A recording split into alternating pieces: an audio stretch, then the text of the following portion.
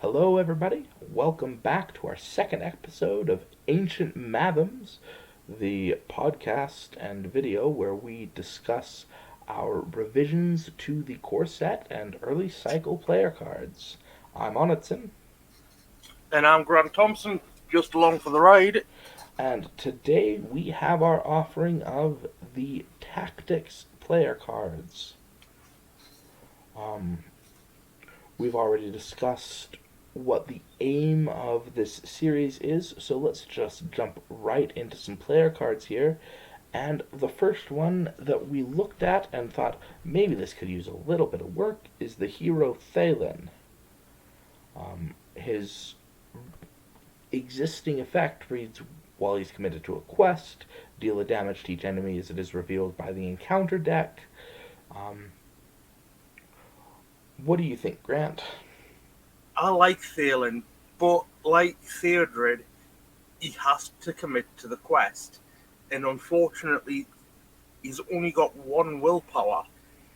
And yes, his effect generally makes up for that fact, but it still, I think, could have used a little bit of work. So we made some. It's a little bit of a feel bad to commit a one willpower hero to the quest just for their ability. Yeah, considering he could be used as an okay attacker or a half decent defender with his pool of 4 hit points and his 2 defense.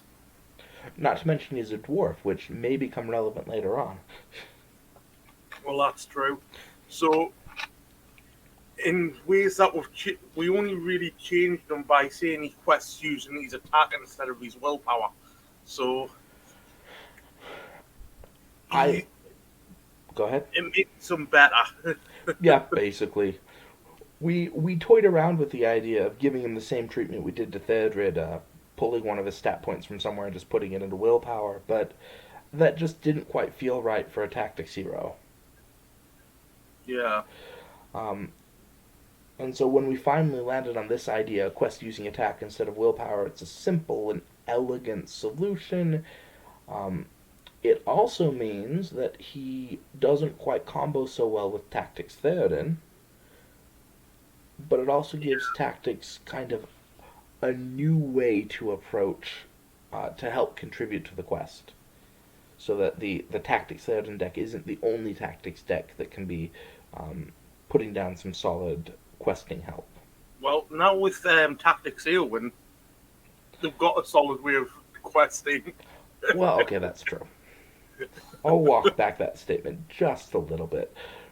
When I was thinking of the Tactics Theoden deck, of course, the Tactics Theoden deck almost always does include Eowyn, so I suppose that in my haste to extol the virtues of the new card, I jumped over the fact that Tactics Eowyn can just be dropped in anywhere all on her own. Yeah, so But anyways, that's a just a small boost to Thalen. the next big change we've got is with the Roja and with the horseback archer, which was originally just ranged for 2 attack, 1 defense, 2 points, but a cost of 3. Now, me personally, I really did not like this card. It was so underwhelming. And yes, it had range, but the only thing that leads to is multiplayer games or the occasional event card that requires you to exhaust a ranged character. He's just too expensive. In tactics, no less, the sphere that's supposed to be excellent at combat, he's 3 cost for 2 attack. Yeah, he's not the best. So what have we done to change him then, Sam? Well, we started off by giving him an action. Spend a tactics resource to give control of the horseback archer to another player, then deal a damage to an enemy engaged with that player, and any player may trigger this action. It started out as 2 damage, but as we discussed things with the community, there were concerns that being able to deal 2 damage at will to any enemy on the board was just a little bit, or a lot, overpowered. Yeah, So we scaled it back to 1 damage, and then after we did that, we looked at it and said, this is a fun ability. It's really kind of cool. It plays off of the there's a kind of a Rohan sub-theme of spend a resource to give your ally to another player, right? Um, North. Well, yeah, you've got that with the Rider of the Mark. and also the leadership ally Kjorl. Yes. And we felt that that adding the horseback archer to that list of cards you could do that with was a fun idea, but with only one damage, he was no longer worth 3 cost. So we brought him down to 2, and now, even if you never trigger his action, he's 2 cost for 2 ranged attack. Yeah. And 2 costs for 2 attack is viable. Yeah, that's kind of the going rate in tactics. Okay, so what we got next? The next card we got is Citadel Plate. In its original form, you attach it to a hero. It's restricted. That hero gets +4 hit points. Is this a good card as it is, Grant? It is, but it lends itself to one type of deck, the damage deck, where you're dealing damage to a hero that gets a benefit from being damaged. So likes of Gloin or the likes of Gimli from the Tactics core set get bonuses for when they're damaged. And there's not really much more to it. I mean, you could say that you run undefended attacks, so you need more hit points, but generally that's not the sort of thing most people do. Yeah, it's a card that has a place in one really powerful deck, the Glowing deck, and shows up almost nowhere outside of that. And we kind of wanted to help these core set cards branch out a little bit, make them more useful in a wider variety of decks. And at the end of the day, I was more than a little annoyed that a card that is supposed to be thematically Gondor only shows up in a dwarf deck. Right? So to change it, we basically give it a response when attached character would be assigned any damage as a result from an undefended attack. Exhaust Citadel Plate to reduce that damage by 1.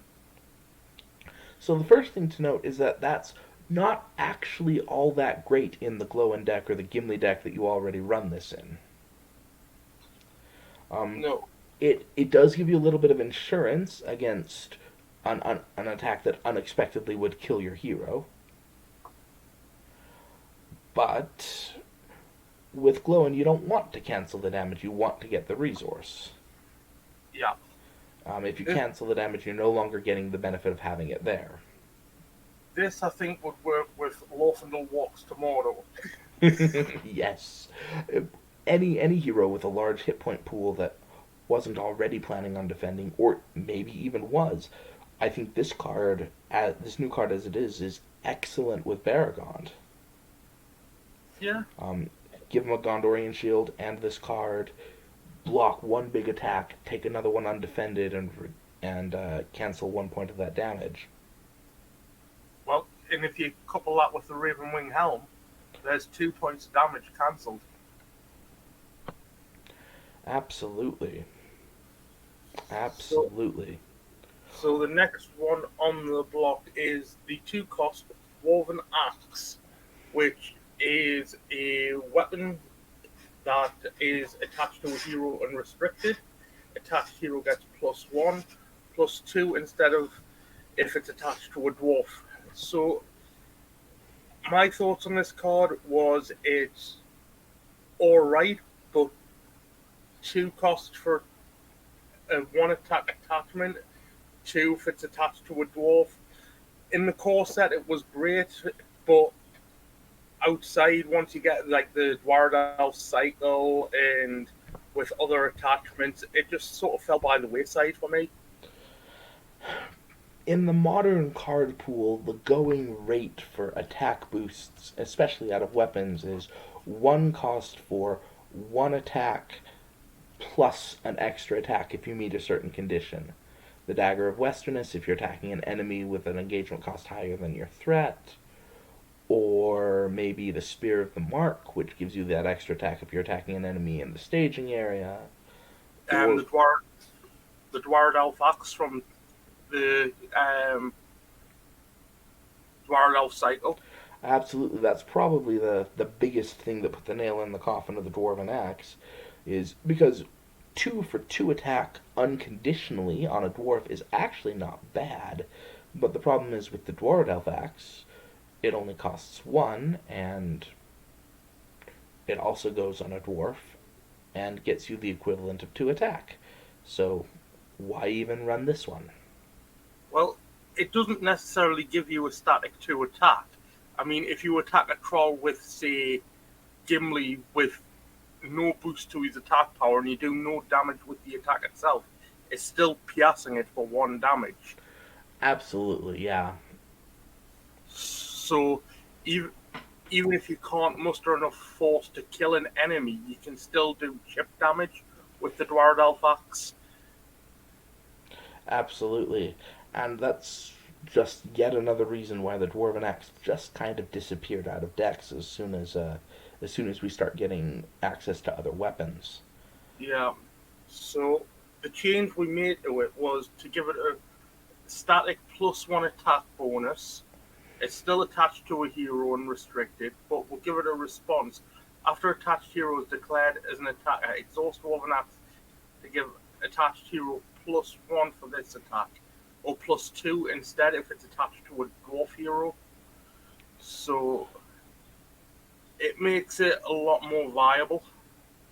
Yeah, the hope here is that now you're paying 2 cost for a guaranteed 2 attack attachment. Um, and with the Three dwarf, it attack. goes up to +3 attack, which is a rather significant boost over that Dwarf Elf Axe. Yeah. So what's the next card in our lineup? Before we move on, I did want to point out the reason we moved those attack boosts to the response is so that you wouldn't have a static attack boost that could power up Thalen very cheaply. Right. That was one of the concerns the community voiced, was that boosts like the Dwarven Axe would, or the original Dwarven Axe, would make our new version of Thalen too easy to boost up and make into a more powerful quester than even somebody like Arwen or Eowyn. So, moving on, the next card is Stand Together. In its original incarnation, you choose a player, and that player may declare any number of his eligible characters as defenders against each enemy attacking him this phase. It's only 0 cost, which is, that's something. Is there a problem with this 0 cost card as it stands, Grant? I never really used it. I looked at it and I thought it was a good idea, but I just never. I always had somebody else willing to defend. I never really used this card. Um, I think the biggest problem with this card, it was brought up on Cardboard of the Rings in one of the not too distant episodes, is that this is basically an action disadvantage card. You can take a bunch of characters to defend against a single attack, which could work if you have characters that do something when they defend. The biggest use case for this card is, of course, taking 2 or 3 Gondorian spearmen who each deal a point of damage to an enemy when they defend an enemy, and having them all defend the same big enemy and deal a bunch of damage to it before it attacks. Um, but even that, it's really, really tough and unreliable to get it to come off properly. And I so think the best show of that would be in Shelob's Lair. yeah. So what we've done is we've kept the basic idea of the card, which is which is use multiple characters as a defender. Um, but we've made it a response after a character you control is declared as a defender against an enemy with an engagement cost higher than your threat. Declare another character you control as an additional defender against this attack without exhausting it. So instead of being action disadvantage, where you have to use the actions of a bunch of different characters to block a single attack, when you could have just chump blocked and lost one action. Um, this one gets you the multiple characters defending without actually having to exhaust multiple characters. And then, in addition, if the defending characters take no damage, draw a card. Um, we would like to also at this point give a shout out to C-Stan from Cardboard of the Rings, who offered a great deal of help as we struggled through trying to figure out a way to make this card both viable and kind of stay within the original vision of what the original card did. Yeah. So what do you think So of the new stand together, Grant? I think it's a lot more viable and something that I would be willing to put into a deck, even as a one-off, just in case sort of card, just in case something nasty comes out and it's like, well, I can either trump block or I can try and save me, save me characters. Absolutely. Um, I actually was rather excited when C-Stan proposed the idea of adding the limitation to do it against an enemy with an engagement cost higher than your threat. It kind of points at the theme of a bunch of your people standing up together against a really big enemy. Yeah, Something and that's going to take them all. I think I like it more because it lends itself to the Hobbit themes. So And let's be honest, card drawing tactics is something you should never sneeze at. exactly. So the next one on our list is Swift Strike. The two cost response after a character is declared as a defender deal 2 damage to the attacking enemy. Now, what did you think of Swift Strike? I think this card is right on the edge of being fine. But again, it's an action disadvantage. You can deal that 2 damage, but you still have to exhaust the defender. I mean, in a Yeah, best case scenario, say you take a Gondorian Spearman, deal it damage, drop a Swift Strike, deal 2 more, now the enemy's dead, but you still used up your defender. yeah. It's not something that you So, can play to actually save yourself in a difficult situation. yeah. I mean, you could save yourself an ally, as you said, if you've got a Gondorian Spearman and the enemy's got like 3 hit points.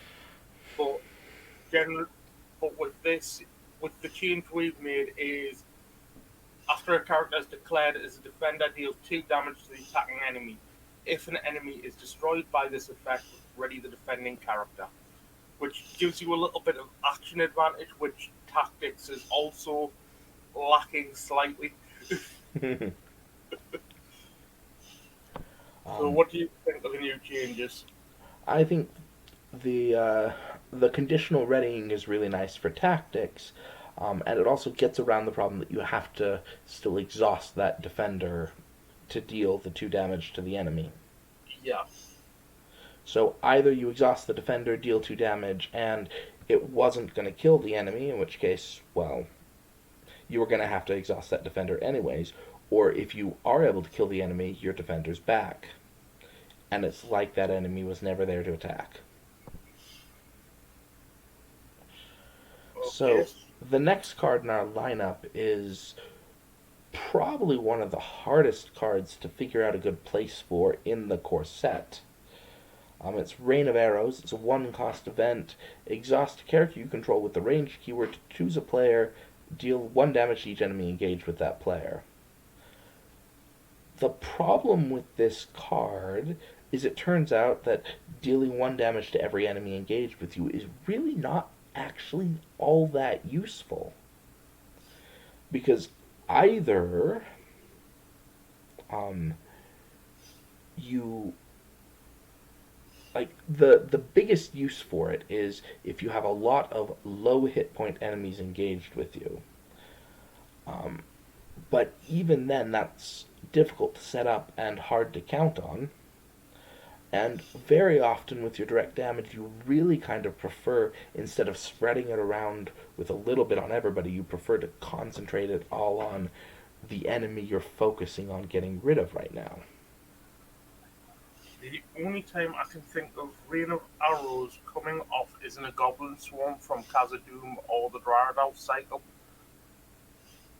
Pair that with Thalen, and you can pretty much kill every Goblin coming off the encounter deck. Yeah, that is certainly something you can do. Um, But again, it's very situational. um, so what have we done to maybe give it a little bit of a boost? Made it we've given it an action. Exhaust the range character you control is dealing one damage to an enemy engaged with a player, then deal one damage to each enemy engaged with that player. So we're getting one static damage to a single enemy, and then one damage to all of the enemies again. So what that does is it gives you just that little bit of focus. It turns out that 2 damage on a single enemy is really really useful. Um, and that 1 damage spread is just kind of gravy on the top at that point. Yeah, Um, this one was actually a really difficult one to try to come up with an effect because there's a number of tactics cards that have kind of tried to be a new, improved, and fixed version of this card. yeah. Um, Hail of Stones was the first one chronologically in the card pool, which lets you exhaust some characters to deal damage to an enemy in the staging area. But in the Dream Chaser cycle, they also came out with Skyward Volley, where you exhaust a ranged character to deal 2 damage to an enemy, and then maybe you can do more damage depending on how many copies of Skyward Volley are in your discard pile. Right. So next we've got Blade Mastery, the one cost event that says choose a character until the end of the phase. That character gets +1 attack and +1 defense. So I think the biggest problem with this card is that it just doesn't do enough compared to a lot of newer cards in the card pool. There's a lot of cards out there that can boost your attack, and a fair amount out there that can boost your defense. And the problem is that Blade Mastery just isn't better than any of the other options. Either you can replace it with an attachment that will always give you a boost to attack or defense, or you Yeah, replace it with an event that'll give you a lot more attack or defense, or it'll give you defense and a ready, or it'll give you it'll something give you else that you something want. more. Give you slightly something more. What I couple it with is what I generally compare it with is Hobbit Intuition or um, Durin Song, which are Hobbit and Dwarf focused, but give two to the stats rather than one for the same cost. And with cards like those available, it becomes increasingly difficult to justify Blade Mastery as a choice. So, Yeah.